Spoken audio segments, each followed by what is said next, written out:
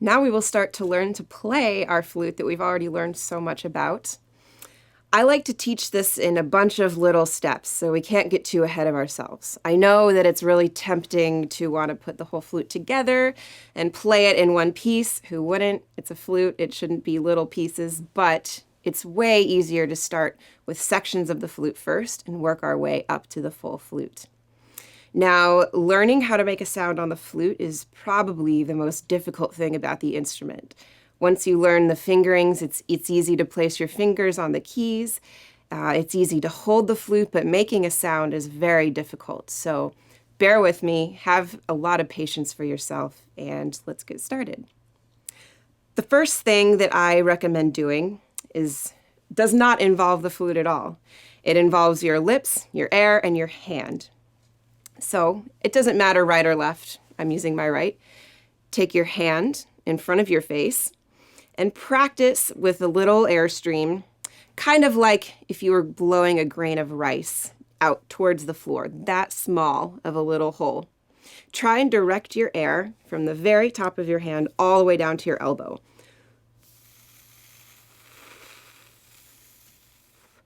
This might take a little bit of practice, but eventually, hopefully, you will feel the air traveling up and down your arm. We need this kind of flexibility in our lips to learn how to direct the air into and across the tone hole of the flute. Once we've mastered this, we'll work on making the actual embouchure, which involves slightly smiling, like just a little bit. Smile just a little bit. And then say two, but whispered.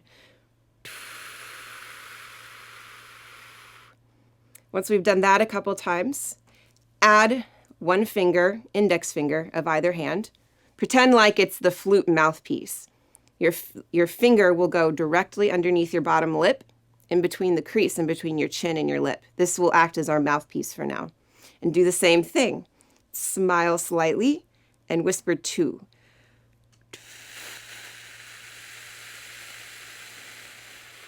Now we have the very beginning of our flute embouchure. Adding to what we've just learned, pick up the head joint. Now instead of using our finger, we have the actual head joint, the actual lip plate and tone hole. When we're playing the flute, we want ideally for our bottom lip to cover roughly 1/3 of this tone hole. It's pretty large, but our lip will be covering this small portion of the tone hole.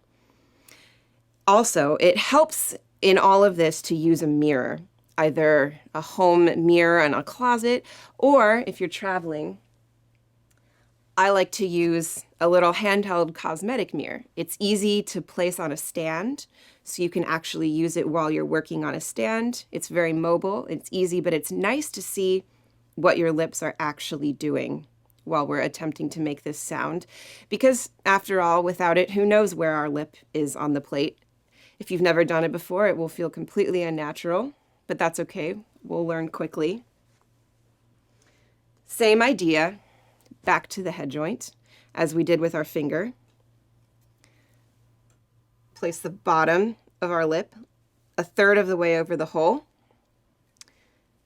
Hold part of the head joint with the left hand, the top. Take your right hand, firmly hold the flute, take your right hand and cover the end. This makes it a little bit easier to get a sound. Place the flute again on your lips. Slightly smile, whisper two.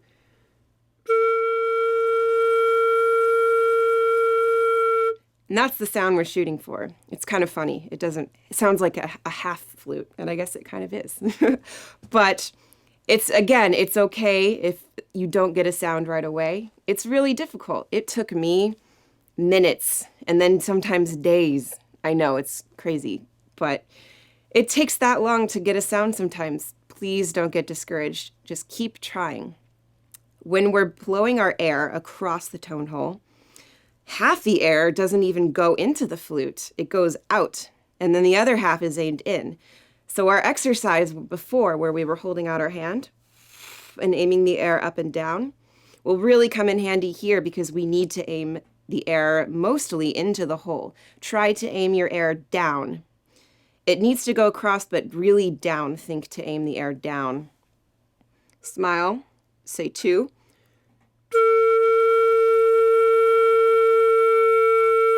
And again, we have that funny head joint sound.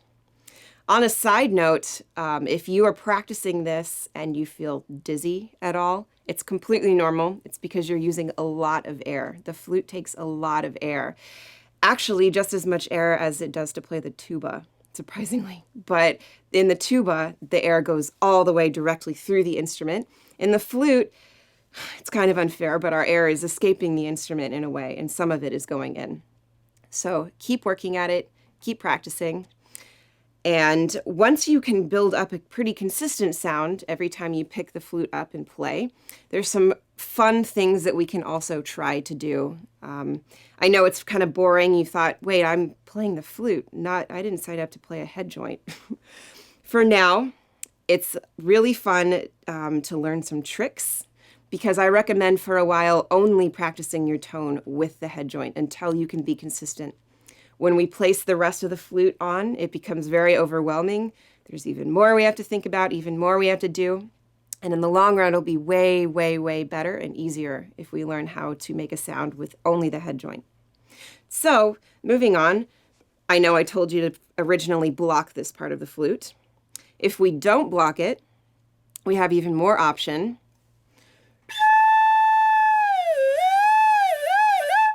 You can make all kinds of fun sounds by playing with the pitch on the head joint.